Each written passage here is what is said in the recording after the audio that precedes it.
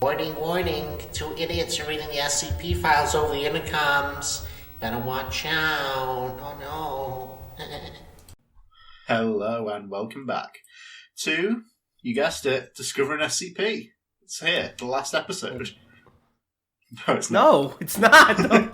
I just lied. But we do. Lies. There is something to note. There is? By the time this episode comes out, the next week after this episode will come out on March the 6th.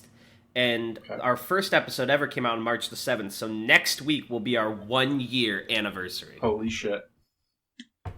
And I think for next week we should do some kind of like recap, go over all our thoughts and how things have been or whatever. Sure. But not this week, so haha, sorry, you gotta wait another week. You do have to wait another week. But what's been going on in your life so far, Darnell? So far, I mean. What do I mean so far? Like, all until now, your whole life. You know what Mama always used to say, if you don't have anything good to say, don't say anything at all. In your whole life? Oh my god. I know. It's pretty bad. What about you, buddy? I had a good time in primary school. Like, I had some fun. Oh, you asked about my entire life. Yeah. I said, I misspoke. I said, has anything going on into your life until now? I guess years 0 to 12 were pretty good. I was so surprised that you had no good experiences. No, I've had good experiences. I thought you meant like life as in the general present moment of reality, not like my entire life. Well, reality is... How real is reality? Only as real as the next SCP article dictates, am I right? Exactly. Because, there is no canon and all. Maybe there's no canon in real life either. You say there's a moon? I don't see actually, there are cannons. Have you seen them? They shoot cannonballs. I feel like you're ignoring the fact that I just said the moon doesn't exist, but go off, bitch. Well, that's because we talked at the same time. That was an accident. I didn't hear you say that. You spurned me. Spurned. I'm angered. You spurned me. You spoofed me as if I was a parody. Like I was Weird Al Yankovic. Spurned you? What am I? Your fucking 1800s lover? I sent you a long letter call-out post. Yeah, that was the old-timey version of canceled. Long letter, like, of all the things you've done me wrong. No, actually, the old version of getting canceled was your boyfriend or girlfriend writing a breakup song about you and releasing it in the 2000s. That's what that was. And it's the same in the 1800s. They did the same sort of thing. Because humanity never changes. Yeah. We're good for nothing. Did you see that tweet someone wrote? It was like, imagine it's like, I don't remember the year, it was like 1832, and you just went through a breakup, and Beethoven's Moonlight Sonata just dropped. Yeah, I did see that. But anyway, we're quite clearly stalling here, because we don't know how to run a podcast. Are we? How many SCPs do you have? How many? One SCP. Oh no. Is this gonna be... This better not be... Like, if it's okay if it's a long one, but it better not be Ouroboros, because that's too long. It's not Ouroboros. That would be its own podcast. Is this a multi-step endeavor, or multi-episode endeavor, or do you think we can do it in one? I think it's a one and done. Alright, hit me with the link. Here we go. This is called Taboo. Taboo? Oh, it's a tale. Let's get Let me... Oh, wait. Oh, no, it's SCP-4000. It just has, instead of 4000... You can't fucking say that! Can you inform me, is this 4000 or a tale? Because I can't tell. It is the article on the wiki that occupies the 4000th slot. Even though it's, like, /taboo? Yes, it's taboo. Hang on, I'm trying to log into my Wikidot account. Classic, am I right? Exactly. This guy doesn't know how to log in, and he's never going to learn. Every time without fail, I to his forget my fucking GoFundMe. password. I can't log in. Help. You can't log in. You can't do it, folks. Every time. How do I... They were so excited to get to Taboo, I could hear them crying in the crowd. I'm actually upset about this. I hate that it keeps logging me out. Okay, so I did have it right the first time. I just typed it in wrong. I'm in. Let's get into it. Alright. So the name of this article is Redacted per Protocol 4000-SU. Warning. The following anomaly is affected by communication. Do not refer to it in speech or writing unless trained. I've been trained with you. Wait, hold on. No. Have we... Maybe we shouldn't read Well, this. you can play it by ear. I know what I'm doing, though.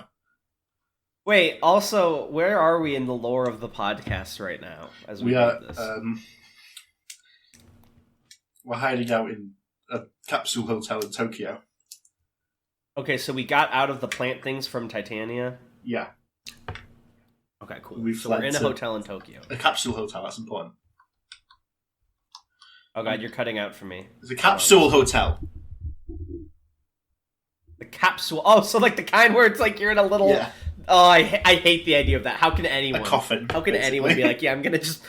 What if it gets jammed? That's it. You're done. That's terrifying to me. I'm not even claustrophobic. I just hate the idea of capsule hotels. So we have an image here at the top of the article. A native... This is figure 1.1. Yeah, it looks like... A native humanoid entity Yes. manifesting in midair. It looks like a woman in a red dress without a face. Unless I'm missing midair. something. Yeah, in midair. She's like jumping. She's doing that thing that people do at the end of a movie when they like celebrate like an older movie. You know what I mean? Yeah. Except she's like T-posing instead of pumping her fist up. Let's get into it. Item number. Restricted per Protocol 4000-issue. Object class Keta. Special containment procedures. The extra-dimensional location described below, as well as the entities and landmarks contained therein, are nomenclative hazards, issue class, and therefore may not be referred to by any name, title, or designation. So Eshu class is like a special class, right? Or no, because this is a Keter. Yeah, this is like that's a class of like nomenclative hazards, which I believe is like wording based. Okay. And also I noticed that some of this text is green, and later on there's different colors. Interesting. So they can't be referred to by any name, title, or designation. Only descriptions may be used when referring to the forest outside normative space and native entities thereof. Variations must be made in these descriptions each time a subject is described. Descriptions may be color-coded for clarity to activate colorblindness accessibility. Ah! So the same color means it's referring to the same thing. Yeah. And florid language... That's so clever! This is a really clever one. And florid language... Oh, this is by Pepper's Ghost, by the way, I forgot to say. So Pepper's Ghost. Peppa's Ghost! Yo, that's Tanhony's OG. Tanhony used to tell me about the time you guys were in the Navy together. Yeah, I did. And florid language may be used for the sake of nomenclative diversity, so you can't call it the same thing. Did you read the footnote? Yeah, that's why the colorblind changes. Oh, that's cool. Cool. In the event of a nomenclative containment breach, standard issue class recontainment protocol must be carried immediately by the individual responsible for the breach. If the individual is rendered unable to perform the procedure, the responsibility falls to the individual's next of kin. If the individual responsible for the breach has no known next of kin, the individual's name must be expurgated from all existing documents and records. Any other individuals possessing the same name are to be administered Type G viral amnestics and assigned a new one. Okay. So there's some sort of non-described yet procedure. I'm not saying it's the same, like, level of whatever fucked up it is, but it's kind of like a Project Montauk where it's not being talked about yet. And if someone doesn't do it, then you have to purge, like, all memory of them from the world.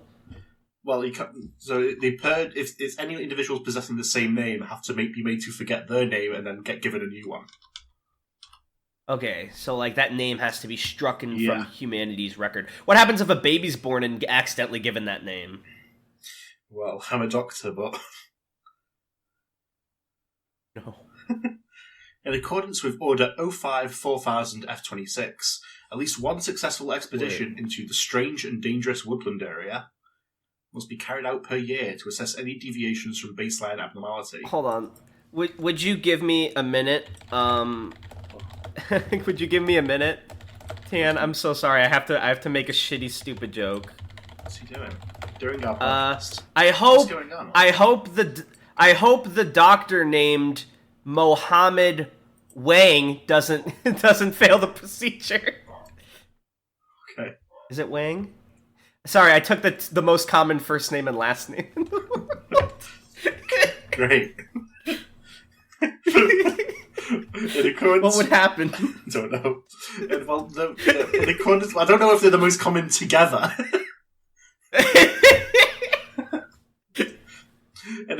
Those might not even be. I just looked at the first Google results. So I could be totally wrong. In accordance with Order 05-4000-F26, at least one successful expedition into the strange and dangerous woodland area must be carried out per year to assess any deviations from baseline abnormality. Due to the high risk involved in entering the place where the nameless are found, personnel sent in to conduct research must be trained in standard exploration protocol as detailed in 4000-SCP. Can I nerd out for a second? Yeah. I know we're not far yet, but so not only is the concept where in order to you have to describe it different every time, but they color it so you know it's the same thing is already cool in of itself. But the fact that each time Peppa's Ghost does it, he introduces like a tiny bit of new information. Yeah. So the first piece is pretty simple. Extra dimensional location, okay, whatever. SCP bullshit. Then we know forest outside normative space. Okay, what's normative space? It's outside reality in some way. Okay, it's strange and dangerous. Okay, this is where something called the Nameless are found. And I imagine that's going to continue, and it's just really clever and cool, and I like it. Unauthorized documentation of the forest found in chimneys must be suppressed via standard information containment protocol. Santa Claus? Santa Claus? Unauthorized individuals with knowledge of Procedure 4000-Halloway are to administer amnestics, amnestic class be turned on a case-by-case basis, and may be released following a period of disquisitional rehabilitation. So what do you think so far? Forest found in chimneys? How'd they get a whole forest in there? This is, so far, this is weird because usually the containment procedures are the most boring part unless a writer is creative, but of course Peppa's Ghost is creative and he made it interesting. So right now, I'm imagining this is based on what I've heard about it.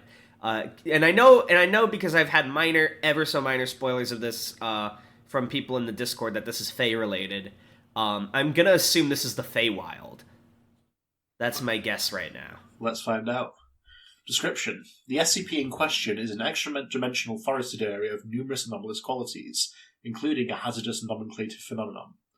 This anomalous location is accessed by performing 4000-Halloway, see document DOC 4000H. After completing the procedure, subjects emerge from the opening of a dilapidated brick wall fixed into the forest floor. See figure 1. Actually, it's a brick well. Well, sorry. Wall. No, and I'm not like being a dick. I'm just saying because that's a completely different Yeah. visual, like coming out of like platform 9 3/4 compared to like an old well in the ground. Yeah. The only way to reliably traverse the unusual terrain is by use of a single dirt path.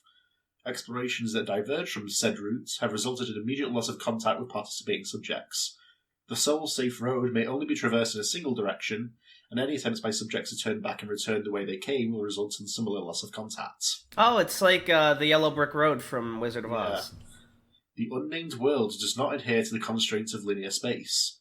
Cartographic endeavours have resulted in vastly different routes being recorded with each expedition, and sections of the mandatory trail, which would logically overlap or intersect, do not. Oh, there's nothing here. Similar topographical abnormalities have been observed in geonormative forests as well, though no direct connections between these phenomena have been confirmed. The only consistency in the layout is the access point, which is always located at both ends of the main road.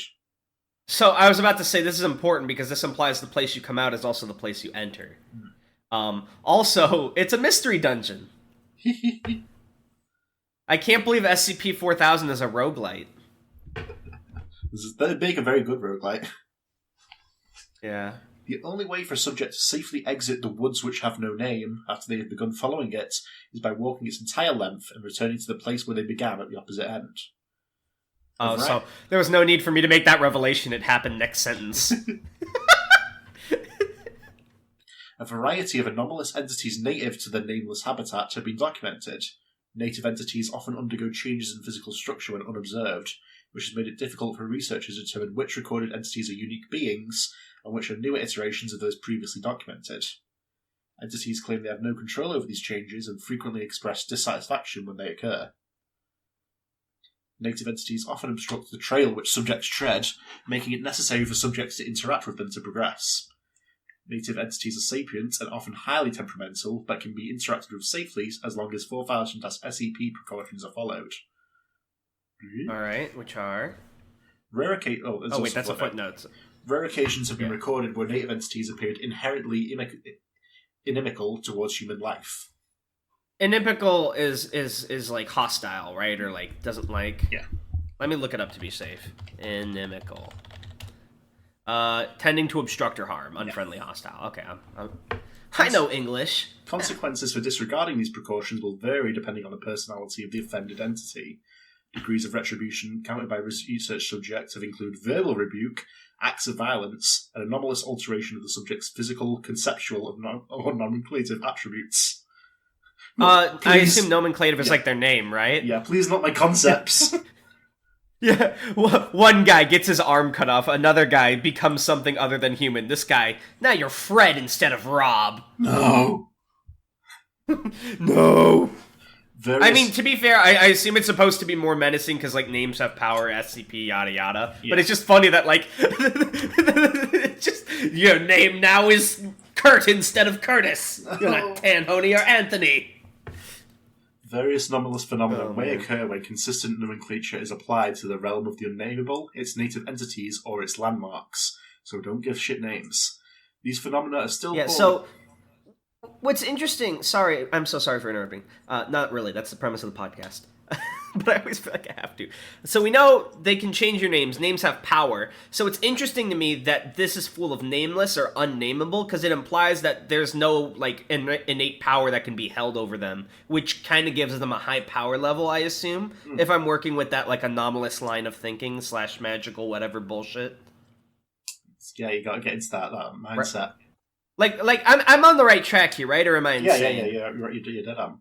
Okay, cool. These phenomena are still poorly understood, partially due to the prohibition of nomenclative experimentation under Order 05-4000 F26. Documented nomenclative phenomena have included, so this is what similar stuff that happens if you try and give shit names here. Episodic cluster headaches among subjects exposed to affected nomenclature. Visual and auditory hallucinations among exposed subjects, usually involving environments or entities described by nomenclature. Gustatory hallucinations and phantosmia have also been reported in a small subset of cases. What's phantosmia? I know what no, I don't. What's phantosmia? With the word phantosmia. Find out. Let me look it up. Look at this. This is Google the episode. Phantosmia is the medical word used by doctors when a person smells something that's not actually there. More like phantnosia, am I right? Sudden onset of psychogenic amnesia among exposed subjects. The development of non-human physical the development of non-human physical characteristics among exposed subjects, such as feathers and pollen sacs. The development of biological components in non-biological mediums where nomenclature is written or recorded. Okay, so like you would write the name and then like a fucking finger would pop out of it. Yeah. Sudden involuntary transport of exposed subjects to the wilderness of unnamed things without the use of procedure 4000-Holloway. So the question is, do the things want to be named, or is this, do they want to be named and we're trying to avoid naming them, or do they not want to be named and this is the consequences of giving them names? We'll see, I think. Manifestation of various flora within indoor spaces where nomenclature was used. Sudden transport of native entities to areas where nomenclature was used. Biological fusion of exposed subjects and native entities. Okay. Sudden transport of native entities, that one's major because that basically means they're being summoned. Hence the whole name summoning, fae, demons, etc. having power. This is cool. Biological fusion of native entities in architectural spaces when nomenclature was used. Oh, this is so cool. You can do summon bullshit. You can, like, Pokemon it. You can be like, I summon Belrazar, the fairy general. Yeah, but then he, like, and then he fucking becomes the Empire State Building, and he's like, I'm so hungry. Extreme iron deficiency in exposed subjects with an absence of expected negative side effects. Get it? Because iron's bad against Fae. See? Thinking with my brain. Thinking. Dude, my brain is like 3 sizes bigger. This SCP makes me feel smart, even though it's just cleverly written to make me feel smart because it gives you everything you need. Order 05-4000 F26 was ratified by the Overseer Council in 1954. A 1970 amendment requires that 05-4000 F26 receive unanimous endorsement from the Council every 10 years in order to remain in effect. To date, no Overseer memos regarding 05-4000 F26 have been disseminated to lower clearance levels. Wait, what? There's an 05 that's part of 4000? Or is that like the name of 05 orders? Okay, so all the orders have 05 as well. Doesn't it get confusing when SCP keeps using the same fucking acronym for like 8,000 different things? Well, it's an order from the 05. And they're keeping fucking quiet about whatever it is. And we have 4 little arrow things. Yeah, so we're going to start the first one here. Access Notable incumbent. containment breaches. Please stand by. Access granted. The following are examples of anomalous phenomena observed during nomenclative breaches. This is what happens if you fucking start naming shit willy-nilly. I'm gonna name every single one of them Belrizar the same name. No. I'm assuming because there's the whole strike names from the record, I'm assuming the implication is if people fuck up the procedures, they become one of these things, and thus their name now manifests with things with the same name, yeah? Well, we'll see. Breach date, 9th of June, 1954. Named subjects, the glade of which we seldom speak. They get really good with these names. That's a sick, like, fucking metal song name, or like a post-rock song. Glade of which we seldom speak. Summary. Initial discovery and subsequent breach took place in an abandoned home in rural Connecticut. Circumstances of the discovery are unclear due to a lack of surviving personnel, but a general timeline of events has been established. Timestamps are in standard NATO format. So that's like the 24-hour, yeah? So Yeah. 1340 is like 140, okay. 1340. The hollow of unspoken titles is discovered and given a temporary Type E, which is archaic object class used as a preliminary designation for newly discovered anomalies still in an insecure state. So it's like a placeholder one that isn't used anymore. Designation by... Oh, so this is like when they first found it, they gave it a name and they gave it a designation, I guess, which was enough. By Field Agent Garrett Bradley, creative nomenclative breach. Real quick, what are the S's at the end of these timestamps? I don't know what the S means. I think it's just part of NATO time designation. 1345, Field Agent Maura Donoti enters the land beyond the flu and is never recovered. Wait, doesn't that mean her name should be stricken from the record because that broke procedure? I don't know. Well, because she's not the one who said it. She just got fucked up, I think. Okay, what is a flue? A duct for smoke and waste gases produced by... Okay, so this is beyond the chimney flue. Yeah. 1347. Agent Bradley begins to gradually sink into the hardwood floor. Nearby agents flee the area. 1348. Soon after exiting the house, all agents are suddenly rendered immobile, with the exception of Timothy Woods, who was not aware of the Type E designation. 1349. Immobilized agents vocalize distress as their torsos elongate. No! Please! 1350. They're stretching like, what's her name from fucking Willy Wonka? 1350, what the fucking they're like, but oh fuck, I just named them. No! Cannot. I'm giving you a name, Tanhony. It has great power. 1351. Elongation ceases after agents have reached a height approximately that of the chimney where procedure 4000 Alloway was performed. Smoke expels from their facial orifices. Timothy Woods reports these developments via radio to Site 8. Secondary breaches caused when Timothy Woods repeatedly uses the phrase, the blank, to describe the world where words have power. Presumably he was saying... Oh, Lord. Why I can't repeat How did they not destroy the entire foundation before they fucking figured out the gimmick here? 1355. Timothy Woods states that he sees his name in the trees. I can't... Wait, did you answer my thing or not? Because I didn't hear anything, if you did. I didn't have an answer for like, you. How... Oh, I see. I just want to make sure you didn't cut out and I missed it. Site 8 personnel press Timothy Woods for further information. Timothy Woods attempts to orally consume his radio and soon expires from internal injuries. Yikes. 1359. Timothy Woods' correspondents in Site 8 are observed suffering from severe headaches and are placed into quarantine. 1424. Ostial protrusions resembling tree branches emerge from the orbital cavities of quarantined Site 8 personnel. Personnel report no physical discomfort despite exhibiting full globe luxation in both sockets. What's globe luxation? There's so many words I gotta learn. Hold on. That's nothing good, I imagine. Globe luxation. Traumatic. It's a rare condition that can present. Okay, tell me what it is. It's a rare condition where there's complete prolapse of the globe from orbit. Oof. Varying degrees of globe. Wait, what? No one's telling me what a globe is. Up, basically. Okay. Eyes get fucked. Afterwards, yeah, because they're like antlers coming out their eyes right now. Oh, Afterward, nomenclative Wait, anomaly... do you think that... Sorry, no, finish the afterward. Sorry. Nomenclative anomaly eventually discovered after numerous cycles of multivariable declass exposure to affected Site 8 personnel. I was gonna say, do you think the deer is related to this place in any way? I don't think so. It seems a bit more... Yeah, otherwise it couldn't be named SCP, whatever the fuck it is. It's more like a physical threat. Yeah. Breach date, 22nd of December, 1955. Named subject, the footpath which loops around the entire area. Summary, Desk completed the first successful exploratory mission in the grove beneath nameless stars. What? I'm guessing his name had to be revoked because he fucked up the path. And was immediately quarantined. After exhibiting no anomalous effects for 72 hours, Desk was then allowed to write an account of his experiences. When researchers returned to check on his progress, Desk had vanished. Traces of soil and human tissue were later found in the pencil, paper, and Harvey Mansfield Desk had used in his writing. What happened to Desk? What's Harvey Mansfield?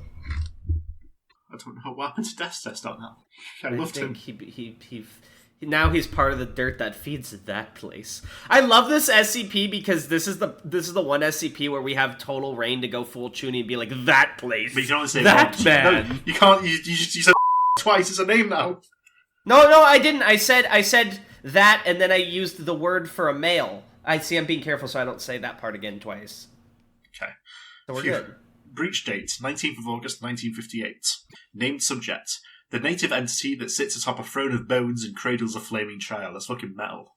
Oh wait, this one doesn't have a color, so I assume they're talking about it's one of the nameless things in the forest, right? Yeah, it says native entity there, yeah.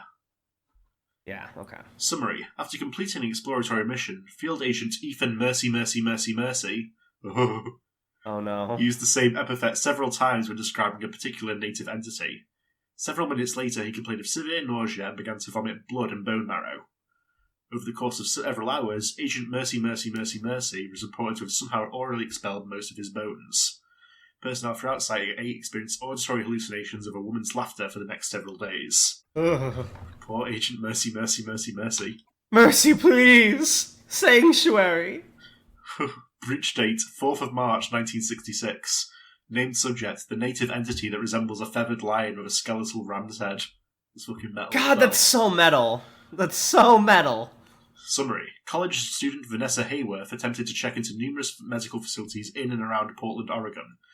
That leads to the Free Portland. Wait, why is...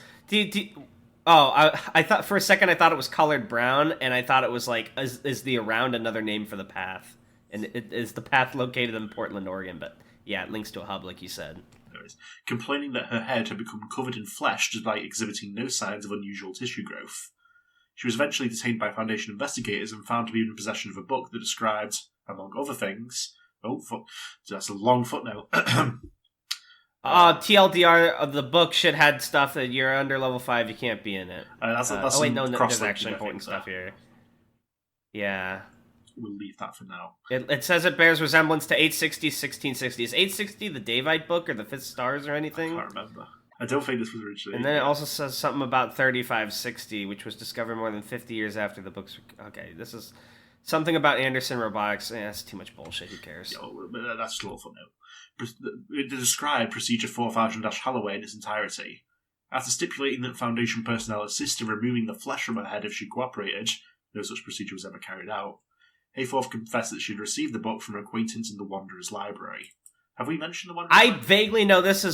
I vaguely know this because of Twitter, because they keep adding the SCP thing, the Foundation, which I follow on Twitter. So I know it from spoils out of context. It's some sort of place outside the Foundation where you can go to get knowledge, and that's about it's all like it's like a big serpent's hand thing there. It's like magic library that you can get to anywhere in the universe. Yeah. Magic Library, do you think it contains transcripts of this podcast? Absolutely, it contains everything. Afterward. Well, it can't contain me, can it? Flexes muscles. This was the first known case of a civilian-triggered nomenclated breach. Similar incidents have occurred intermittently since. In 2012, a native entity was photographed that superficially resembled a young Hayworth. Figure 1.1, so the jumping girl at the start. It's actually Hayforth. Hayforth, sorry. More than 2 decades after Hayforth died in Foundation custody. So she's Jumping Girl. So did it steal her name? I don't know. Breach date, 30th October 1992. Named subject. Also, I'm curious, what would happen if in the SCP world, if you were to have a child and then never name it and make sure no one ever names it? Has the SCP Foundation ever experimented on that? I don't know. It sounds like a huge amount of effort that can be undone by someone going, "Hey, you," too many times. I know. That's why only the Foundation could do it. But that would be super interesting. I think you'd slip up at some point. You'd accidentally give him something. But let's say you didn't. Well, how do you think it would go? I think they'd be immune to all this bullshit. Mm-hmm. They could think about it, they could create a whole like squad, but they'd never be able to say the squad's name. They'd have to do the shit they do with the forest that could like explore because they're also nameless. Thinking big brain. I might write a tale about these. Breach date, 5th October 1992. Named subject, the house in which Michael Ashley Vincent spent several nights during his exploratory mission. Summary. Agent Michael Ashley Vincent, who had completed an exploratory mission several years prior, used the possessive phrase blank house several times while recounting stories to two of his colleagues who did not have names. This statement has been flagged for potential embedded corruption. What's up? Nothing. I didn't say anything. I don't care what the records say. After 30 years in the Department of Medics, you learn when to follow your gut. And right now, my gut is telling me there's something off about this. Dr. Storeham. What do you mean? They just didn't have names. What's the big deal? Sometime later, a large brick building manifested inside Site 8, intersecting with existing architecture. Michael Ashley Vincent's headless body was found inside, seizing violently and fused at the neck to a light fixture made of elk antlers. Oh god, he clipped through the wall, guys. Clean it up. His face, which did not appear animate, had enlarged to take up the entire surface area of the building's floor. Field agents sent in the face's mouth found that it did not possess a full digestive tract. However, Michael Ashley Vincent's nameless colleagues were reported to have been conjoined with its uvula. Ew. Okay. That's no good. Gross! Alright, so that's the first of 4 red things. And we're already at almost 40 minutes. Are the other ones shorter? 4000-Holloway. Well, they are what they are. The following is a censored list of instructions for accessing the horizon beyond labels. Certain steps have been omitted in this version of the document. Phrases and counterphrases at the end of the procedure will differ depending on the subject's type category. The oldest child in the family, type 1, the middleborn, type 2, or the youngest or only child, type 3. Wait, what? So yeah, there's like different phrases you have to say, and they depend on... Oh, based on what kind of kid you are. Yeah. Yeah. Also, how do they contain this shit again? Well, it's like in another universe. So in that way, I guess it contains itself for what? Okay, just making sure.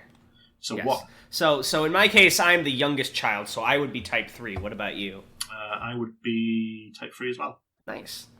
So 1. Using organic kindling, start a steady flame without any indoors fireplace.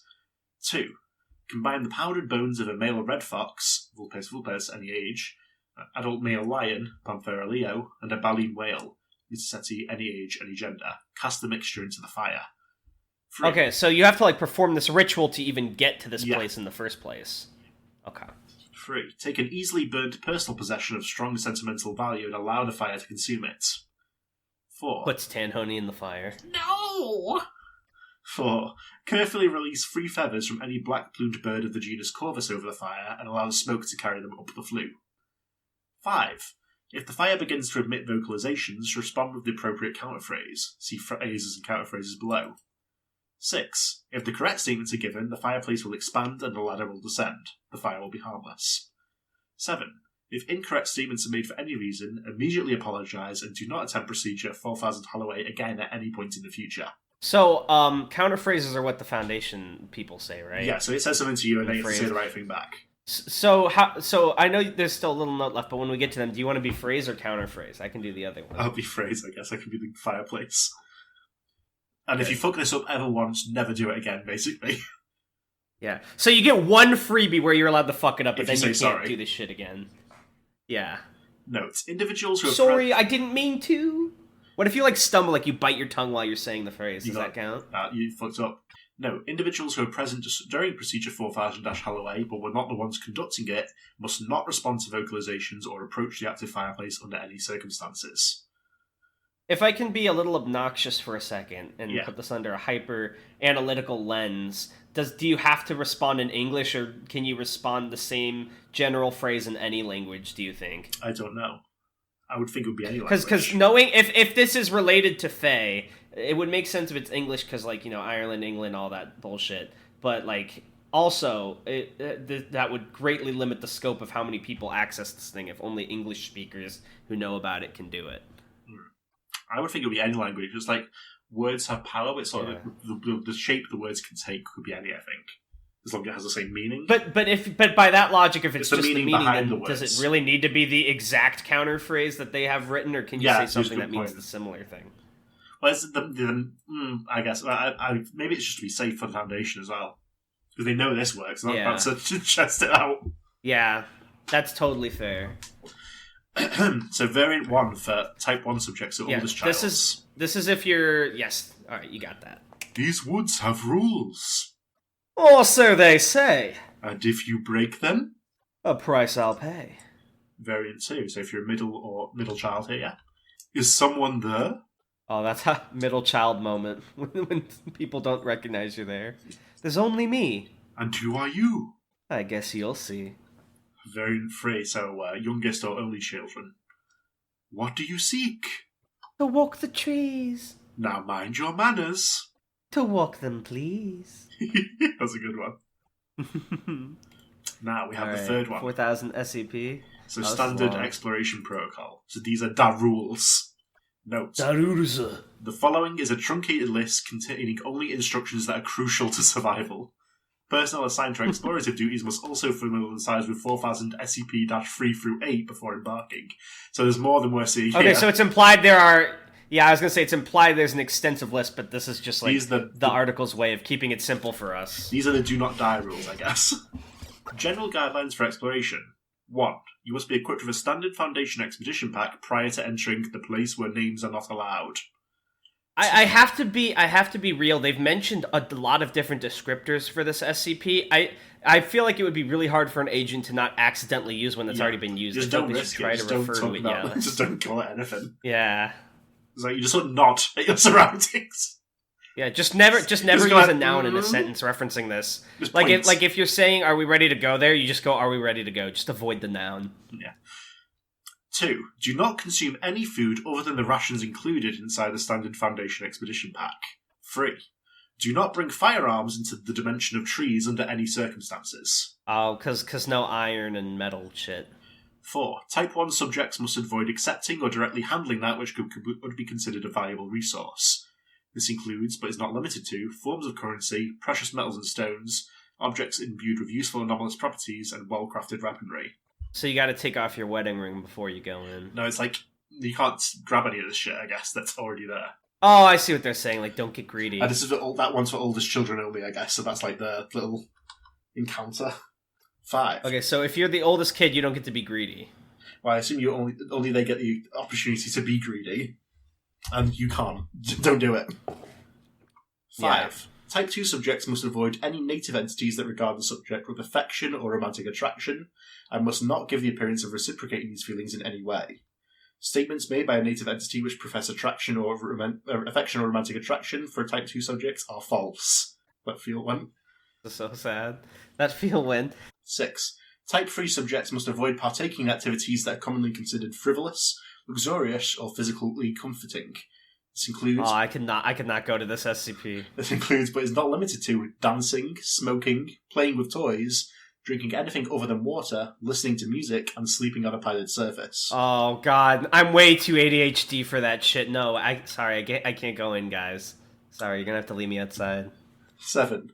Structures encountered along the way you must travel may be entered after knocking at the entranceway. Leave the structure from where you came. If entering uninvited, do not be discovered. 8.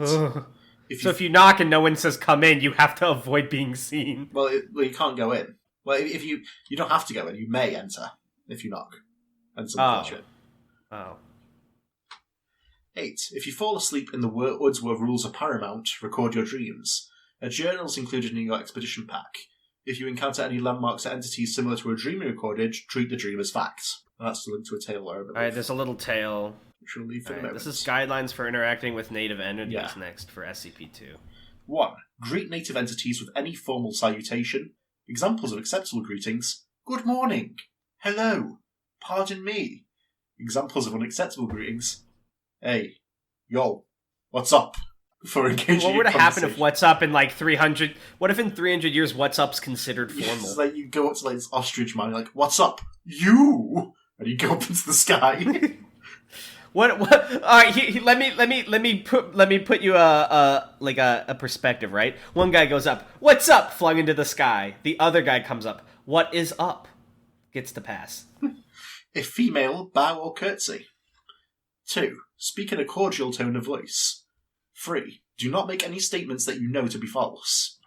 4. Do not make shit. disparaging comments about native entities while in their presence. That's just good manners. That's an ugly fucking ostrich! Oh my Die. god. Oh, shit. Do you know Die who I now. am? I'm the bird that's I'm going also- to eat the whole world. Oh my god, we found him! No! 5. Say please and thank you when appropriate. 6. Refer to an address This name... kind of has like a... This kind of has like a bizarre Alice in Wonderland vibe to it.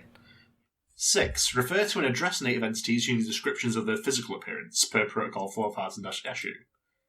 7. Do not refer to a native entity by a name, title, or designation, even if it introduces itself as such. 8. Do not state your name, nickname, codename, alias, or any other personal designation when in the presence of a native entity. 9. If a native entity offers to assign you a name, title, or designation, politely decline. 10. If a native entity makes a statement in which it addresses or refers to you by a name, title, designation, or anything other than a physical description, ignore the statement as though it had not been spoken. Frederick! Frederick! Just like looking away. 11. If pressed for information that is considered confidential, refuse, briefly apologise, and bow. 12. If a native entity appears to require your assistance, consider its appearance before choosing to help. 12a. If the entity appears threatening, do whatever is necessary to aid it. B. If the entity appears attractive or harmless, do not approach. C. Always feed a native entity if it is hungry. This overrules 12b. This is interesting to me, but it doesn't overrule A, right? Well, yeah, you already have to help that one, though. Yeah. Oh, do whatever is necessary to aid. I thought it was do whatever is necessary to avoid aiding it. Sorry, I got confused. This is interesting to me because assuming this is the Fae and Feywild stuff, that's kind of like always a given thing I've noticed in settings, or at least in D&D. That's the only real setting I've extensively done Fae shit with, is that there's always like it's totally normal for them to have like a series of complex rules, which is why it's funny to me, and it also makes sense that there are like 8 whole articles of like these bullshit rules you have to follow. It's very interesting. Sorry, I just wanted to mention that. 13. Do not attempt to mount any bestial entities you encounter unless it has earned your trust and given you its consent. Who did that? Who was like, oh, sweet, a horse! Die! It just explodes on contact. It's like a shitty, like, stock explosion as soon as they hop on. Fucking SpongeBob. Yeah. My leg! If you are offered 14. If you're offered a physical gift, receive it with both hands. Do not discard this gift, even if it appears to have no use or value. This is overruled by 1.4, which is don't get so if you're precious resources. Right. Wait, so this rule is overruled by 104. So if it looks valuable, don't take it. If you're the oldest. 15. If a native entity offers you a non-physical gift or attempts to initiate a trade, politely decline. Yeah, so if a fucking Fae says she likes some shit like, may I have a moment of your time? No, you may not. That's mine. 16. You may accept food offered by native entities and offer that food to other native entities you encounter, but do not consume it yourself. This is such a scary SCP because so many people fuck up these rules. Yeah. It'd be so hard no matter how much training you take in. You'd slip up eventually. 17. Yeah. Do not sleep in any lodging offered by native entities. You may sleep inside the residence of a native entity as long as you do not have an invitation to do so. Just crashing at Tan's house. 18. If a native entity offers to accompany you on your journey, accept, but do not tell them where you're going. 19. If you are aided by a native entity, you must aid it in return if you have not done so already. You must save my family! 20. If you encounter an incorporeal humanoid that claims it is not a native entity, disregard all previous protocols and follow its instructions. So I assume those are like people that have been lost, yeah? Maybe you can know. Save them? Is that what that's implying? I know it says follow its instructions. Like All it's right, in charge. so there's one last thing, but there's like 3 encounters here. Yes, it's 3 So do we read interviews. each of them? Yeah. Okay. Do you want to be Dr. Japers? I'll be Dr. Japers. Wait, does it have... Yeah. So the red is whatever oh, that's why there's no name. I got confused because I was like, where's the name of the thing? Have you learned nothing? Yeah, exactly. Exactly. It took me a second. All right, do you want to be Dr. Japers or the I'll be Dr. whatever Japers. nameless one? Okay. So the following is a series of interviews conducted by Dr. Eugene Japers over the course of several years. This data has been expunged from all general documents under Order 05-4000 F26. Okay. Interviewer, Dr. Eugene Japers. Interviewee description. The native entity with a head resembling that of a rabbit's. No! The White Rabbit of Crank! Wait! Forward. He always comes... I'm sorry. Interview conducted in 2005 during Dr. Japer's first expedition into the space where speech is deadly. Begin log. Good morning, strange traveller. Good morning. It's nice to see a new face around these parts. Kindly excuse the smoke, just airing my thoughts. How is your name? I'm sorry, I'm afraid I can't tell you that. Dr. Jeepers bows. Are you simple? I'm merely asking how your name is. My name has smelt of raspberries lately, I think, or snapdragons, perhaps. It's so hard to tell these days, but one makes an effort. My apologies. I'm afraid my name has tasted rather tart as of late. Dr. Japers was later reprimanded for violating 2.3, which is don't tell lies. What? Oh, shit. Leporine entity laughs and doffs its hat. No, I'm the one who should apologize. I shouldn't have pried. It's quite all right. I don't mind at all. It has been lovely to meet you, but I must be on my way. Must you, though? My home is close by, and I was hoping to invite you in for tea. Dr. Japers bows again. I'm terribly sorry, but unfortunately I cannot stop at this moment. Perhaps another day. Very well. Until next time, stranger whose name tastes rather tart. So, he broke a rule, but he didn't, immediately get wombo comboed, so... Yeah, so it's obviously follow all the rules, but, it's not like breaking one means immediate death, or whatever. I mentioned, it's up to the individual, furry you're encountering, I guess. It so this one gave him grace. Yeah. Alright. So, interview 2. Dr. Eugene Japers interviewer. Interviewee description. The gentleman with the leporine visage, so the same guy. What's leporine? Rabbits. Oh, it's the same one! Forward. Interview conducted in 2008 during Dr. Japers' fourth expedition into that burrow betwixt the bricks. Begin log. Dr. Japer crests a hill and discovers his hare-like acquaintance tending to a patch of cabbages. Good afternoon, stranger. Except, pardon me, we've met before, haven't we? Good afternoon. I believe so, yes. 3 years ago, if memory serves. I remember now. You ran in off quite a hurry. Oh, he said it wrong. I can't tell if he said it wrong and it's an error in the thing, or if that's just him being weird because he's a nameless entity. It should be ran often. Yeah. Yes, my apologies for that. At that time, I was new here and wary of those I encountered. Still the apologetic one, I see. No matter. You are not from here? Very interesting. What woods are you from? I do not come from any woods. Nonsense. Certainly you have trees where you're from, do you not? We do have trees, but they're very sparse. Most of the land is covered in homes and businesses. Then they are inferior woods, but woods nonetheless. Tell me, how did you get here? Well, I see you have an inquiring mind. I would like to ask you a question, if that's all right. Pardon my lack of manners. I consider myself something of a scholar, you see, and I get a bit excited when I have a chance to learn of forests outside my own. By all means, pose your question. When we last met, you said it had become difficult to describe your name. Do you have any theories for why that may be? I can only assume it's because of how long we've been apart. My name and I, that is. It was a good name. A proud name, I'm fairly sure. By this point, though, it's probably decayed from its former grandeur, even if it even still exists. Well, what do you think it is currently? First, fellow scholar, you must answer my previous question. Dr. Japers nods. I came through the old but distinguished well at the end of the footpath I'm presently perambulating. This information is not considered classified from native entities. So does that mean you're allowed to talk about the path to them, is what it's saying? Okay. You can tell them how you came to The other individual hesitates before speaking. Oh my, it's been quite some time. I'll be frank, I thought all the old allies had died out. Did your grandfather or some such relation have a lover out here? Dr. Japers bows. My deepest apologies, I'm afraid I cannot answer that question. Very well, I understand. I'd invite you to my cottage for tea, but I suppose that's not possible for you, is it? I'm afraid not. Conversational partner laughs, plucks a cabbage leaf, and offers it to Dr. Japers. You needn't fear so much. Take this, and be on your way. Dr. Japers accepts the leaf with both hands. Thank you very much. Happy travels to you, and may you find the one you're looking for. And log. Afterward, Dr. Japers later used the cabbage leaf to feed a native entity resembling a field mouse, which in turn aided him on his travels. So it mentions when someone aids you, you have to aid them if you haven't already, but does feeding them count as aiding them? I guess so, yeah. And I guess that applies to them as well, because Like, he that would aided cancel it, so out. now it has to aid him. That's pretty cool. So it works the way around as well, I guess. Well, these are all the same entity every time. That's Yeah. really cool. Interviewer, Dr. Yeah, I Eugene Japers. Interviewee description, The Leaf Giver.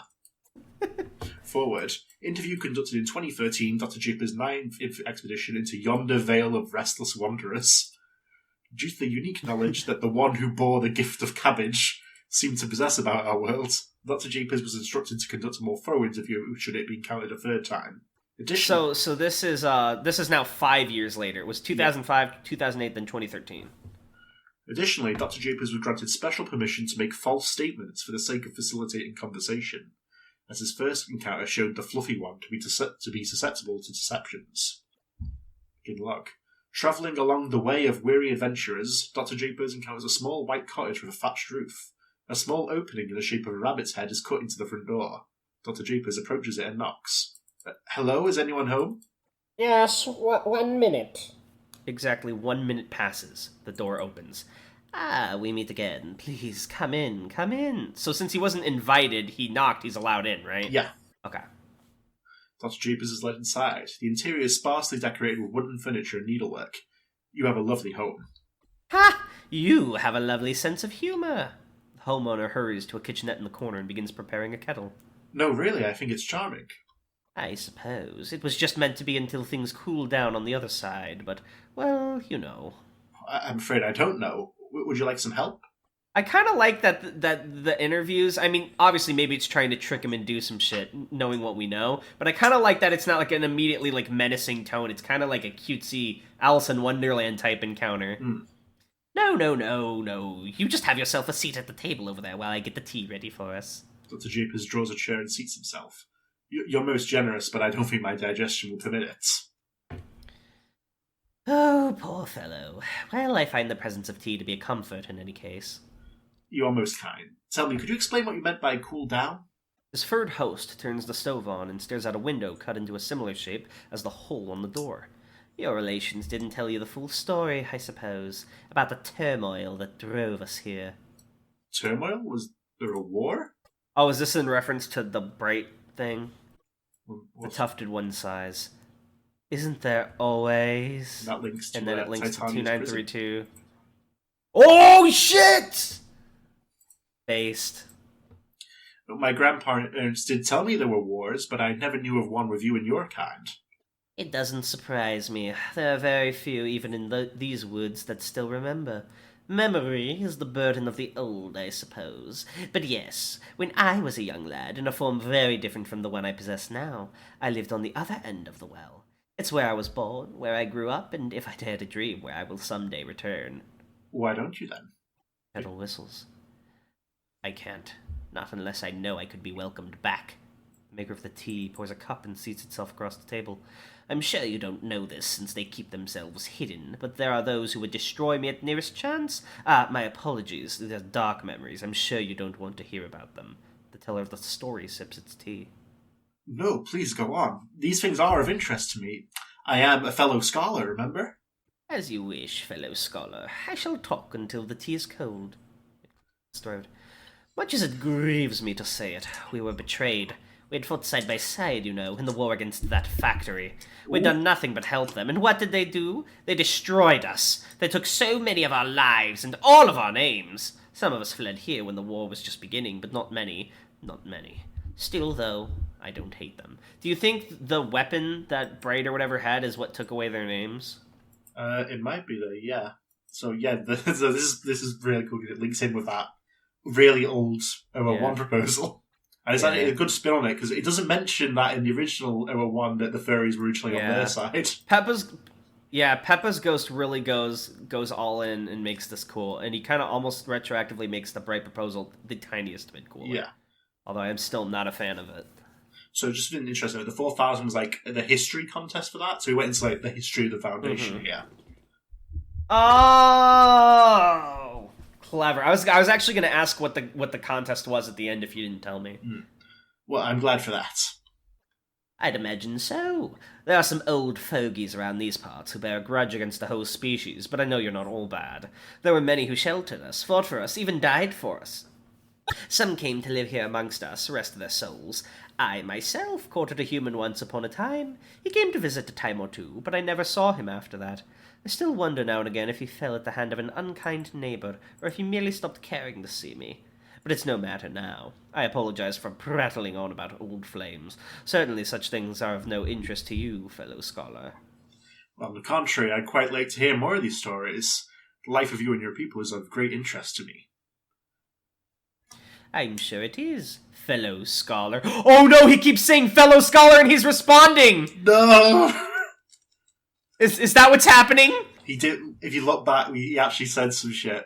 Right before, read this What line, did he- the teller of the story sips its tea, the one right after that. The teller of the story sips its tea. No, please go on, as you wish, fellow... No, what he says. Before that's or what it is. after? No, please go on. These things are interest to me. I am a fellow scholar. Yes! No! He fucked up! Oh, it got him. No! No! With a fellow scholar of all things, because he was trying to relate. No! Years in the works. Literal years from 8 years. On his 9th visit. He was 2 years from 2 days from retirement. Damn it, his pension. A strong breeze moves through the house. Neither party speaks for half a minute. The rabbit person who lives there grunts and places a hand to its head, as if in pain. Dr. Japers places his hand against the teapot. It appears the tea has gotten cold. I think it's time I took my leave. Wait, so, but they didn't strike his name from the record. Unless Dr. Japers is a fake name. Let's keep reading and find what happened. What? You're leaving? I should leave too, then. Dr. Japers, I'm sorry. No, I'll be going alone, thank you. It's abrupt, yes, and I'm grievously sorry to do this, but I really must be going. I believe I'm long overdue to return home. What is... Please don't go. Something isn't... It can't be helped. Stop! What have you done? I don't know what happened to my name. I can't... Dr. Japers quickly exits the house. His former companion whimpers and looks at his hand as he leaves. It does taste rather tart. So did you catch what happened there? Did he kind of become the nameless entity? Well, the thing is... Well, let's read that afterward. Afterward, Dr. Japers successfully returned to Site-8, but was reported missing soon after. Investigations into his disappearance and current whereabouts have been inconclusive. It was initially theorized that Dr. Japers was exposed to an anomalous... I know what happened. They switched bodies. The slurring is Dr. Japers and the rabbit guy, and the rabbit guy is now Dr. Japers. Dr. Japers was exposed to an anomalous influence on his physiology during his most recent mission. However, thorough analysis showed no genetic abnormalities in the fur he'd shed on his expedition gear. So he's already invaded. It's not even like body swapping, it's just identity swapping. So everyone, even though he's still a rabbit man, everyone perceives him as being Dr. Japers. That's so he's kind of like already gotten away with it. I wonder if anyone... But the thing is, obviously this is a cool thing we picked up on as the reader, but I wonder if there's a tale or some possibility that someone in the Foundation will pick up on that as well, reading through it back. Also of interest... Now, obviously, I don't think he's tied to this place, but considering that he's just casually a rabbit, that kind of makes me think maybe some similar bullshit happened to Blackwood. Oh, I've not heard that before. Like, maybe a nameless entity thinks it's Blackwood now, and is telling all of Blackwood's stories, but it's just a snail entity. That could be interesting, yeah. But this was SCP... Right. Oh my god, I almost fucking... This was an article about a forest with various things within it. I feel bad doing this, but I don't always do this with thousands. I didn't like 2000 that much. I didn't say 3000 was my favorite, but I think 4000 is my new favorite SCP. Oh, I thought you were going to bust out 14 out of 10. No, I told you the max is 13 out of 10. I know, that's why I was like, I know I said I wasn't going to do this, but... No, it's a 13 out of 10, but this is my new favorite one, I think. This was just really good. Pepsis Ghost knocked it out of the fucking park. It was creative. I was in work today doing Yeah. a quick read through this just before the podcast. I had to read through the whole thing like in full because it's so good. Yeah, right? It kept me on the edge of my seat. And, like, the thing is, on one hand, I want more of this because it's so good, but on the other, I almost feel like other tales, not to insult other writers or anything, wouldn't live up to it because it's just so well put together. I get it. You know what I mean? Oh, that was just a really, really good read. We should call this episode... What you should do is, like, give this episode a weird name, and then, like, in the description, maybe mention it and give it a different, like description each time you talk about it. That episode in which Darnell found a new favorite. The viewing video in which whatever. Well, that was really fucking it's good. So good. I love this SCP. And with that, I think we've officially broken into Series 5 now. We're here. We've almost Finally. caught up to the present. Yokata. What are we going to do when we catch When up was to the this one present? written? I'm so Like worried. 2018? This was written Was when this was written? Let me check for you. 2018. July 2018. Yes. And the last edit from Peppa's Ghost was like 2019. Yeah. That was so good. It's That so was good, man. I love it. I love this article. That was based as fuck. I'll say it. I'm gonna say it. Based. Based on what? And you can't say based. I was about to say you can't ask that because I can't describe it to you. So fuck you. I can't tell you what it's based on. Nameless. I'm wondering how native entity, the term native entity, escaped. Is it because it's not technically a name? Because if That's the fellow description scholar for all counts, of them, surely I native guess. entity should, yeah? Because that's like I've read like I've read the comments as well. That's because it's the description for all of them. Right. It's a group okay, designation, fair. I guess. This was so cool!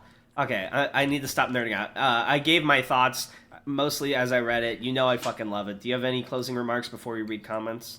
I'd love it. I love it. It's so good. It's really, really good. All right, And let me you open mentioned the that cause after this, the Failure has sort of gotten a bit more throughout some of the SCP articles. So, like, the SCP fucking fantasy history, it's all in there now as well. Yeah. The Davites and shit. That's pretty neat. Interesting. All right, so we have a couple of comments. I'm not going to read them all because there's a lot. Well, maybe I'll read most of them. Anyway, first up, Tan, from Hayes Henry, we have, great work as always, guys. Finally caught up now, and sad I have to wait every week now for the good stuff. Oh, well, that's life, I suppose. A slow path. You can I always freeze personally yourself. I always love the comments where someone's like, just discovered you guys and then binging, and I'm like, yes. It makes me happy to hear that people enjoying it, because I can't imagine enjoying this. That's not what I meant. I meant like, from an outside perspective. I can't imagine enjoying this, because I hate it. I hate doing this. I hate SCP. It was just a joke. Banker Paul says, wrong. Tanhony, do you remember what's so special about episode 9? That's right. It's the episode you brought Darnell into series 2. Yet you did so without reading that one. You know the one, right? How couldn't you? You've been a part of the site's history for almost half your life. If not, I suppose you should at least know where to look. The answer awaits you in the Red Sea. You must answer for your crime, Tanhony. We'll read it eventually. Will we? Comedy Man Kelp says, I can't believe you guys would betray me like this. Fuck this shit. I'm gonna go comment on Dr. Sumerian videos instead. No! No, we didn't mean it, Comedy Man. Please. I'm sorry. I never meant to hurt you. But it was just so easy! Loser! I'll do it again. Shythalia, this was a really funny comment because I thought the same thing, but I didn't want to say it in the episode because I didn't want to invoke a nightmare in the comments section. Shythalia says, oh, I was hoping one of you would say a Mr. Anderson joke, lol. Tan's pronunciation of fairies sounds like he's saying furries, which is what I thought as well. Because you do it too British, you say furries. Well, that's quite stupid, isn't it? Also, what's the whole Mr. Anderson thing? I don't remember that. Mr. Anderson. Mr. Anderson. Well, that's, of course, well, there's a SCP guy who's Anderson in the lore. Perhaps it could be referring to him. Did we read about him and I forgot, or what's going on? I don't believe we've read about. I don't think we have yet. No, we haven't read about him there. Yeah. Okay. Blank Blank says, it didn't seem like he realized this proposal was saying that all SCPs were created by the factory, which is the reason why it's kept so secret. I'm not saying this is an amazing article. It just seemed like that didn't click for him being me. Yeah, I didn't really piece that together till the end and/or / after the episode, kinda. But even still, I still stand by it. It's not a good article. Dino Tales. Yeah, sorry, says, you started cutting out a little bit. Yeah. Hang on, are you still there, Tan? You're like very quiet. Yes, I can hear you. Okay, can you hear me? Testing, 1, 2, 3. This is a sentence for you and me. Dino Tail says, hey, Tanhony and prisoner named Darnell. My SCP recommendations are SCP-3785, Jasper's Hill, SCP-3761, The War of the Squirrels, and SCP-3240, The Bones of What You Believe. That's good. My theme recommendation is Herman Fuller's Circus of the Disquieting. 3. Sorry you didn't get in the smash, Darnell. What are you talking about? I'm Pyrrha and Mithra, idiot. 4. Guys, I'm sorry. I was just saying that since you guys are getting into the Godzilla films, that'd be fun to see read kaiju like SCPs. I wasn't trying to be controlling. Please don't kill me. I'm pointing the gun at your head. 5. Given the nature of this episode, my recommendations above may become obsolete. Steve-O-esque says, as a New Zealand citizen living in the US, I also don't care for the Queen or her spawn. Also, heavy Fae focus this episode. Wait a minute. And I'm mostly commenting to keep up engagement. You don't have to read my comments every time. They get especially long-winded and ranty anyway. Like, it reminds me of a time. Quaker Button-Nose says, so you'll be getting to... that SCP. Soon. That first SCP was called Bright's Proposal. It seemed pretty dark to me. Got him. Boris WW says, and so Gears is no longer among top 3 authors. Current top is Cactus with 13 articles, Salmon with 12, and Tanhony with 10. Well, Adam in the Bible didn't create things, but he did name all the animals, and names have great power. Yeah, you made a very point you did, and I hadn't thought about that, because I know that's like sort of like a... Yeah, exactly. I was going to say that's sort of like a magic-y thing, and that's why it didn't come to my mind, because I was thinking of it in the context of like the religion of the Bible. I was like, there's nothing about like shaping stuff. I was like, okay, I forgot SCP does name stuff, so that was a good catch. And Jack left an enlightening response as well. That was pretty cool. And then Anomalous Writer says, a gun that can shoot. Interesting. We love LonLangLin. Yes, much thanks for the tributes. Helping out in editing. Smile. We do. We really do. We love him so much that we're going to have him make his own tribute.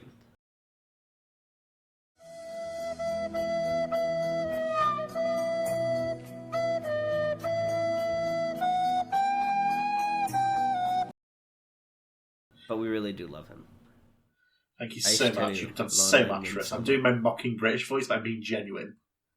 Yeah, we you know, we always, you may not know this, but like, a game Tan and I have is like, if we watch a video or a show or something, we'll be like, that's you, or that's me, or whatever, and whenever there's like the nice characters in a show, we're always like, that's Anomalous and LonLang, when it's like the nice guys versus the evil people. Every time without fail. We did it in a Darman video just before this, remember? Yeah. I can't tell if you're cutting out for me or not. Or if you're just low energy.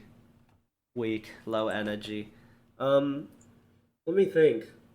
Anything else for today, Tan? Nothing I can think of. Alright.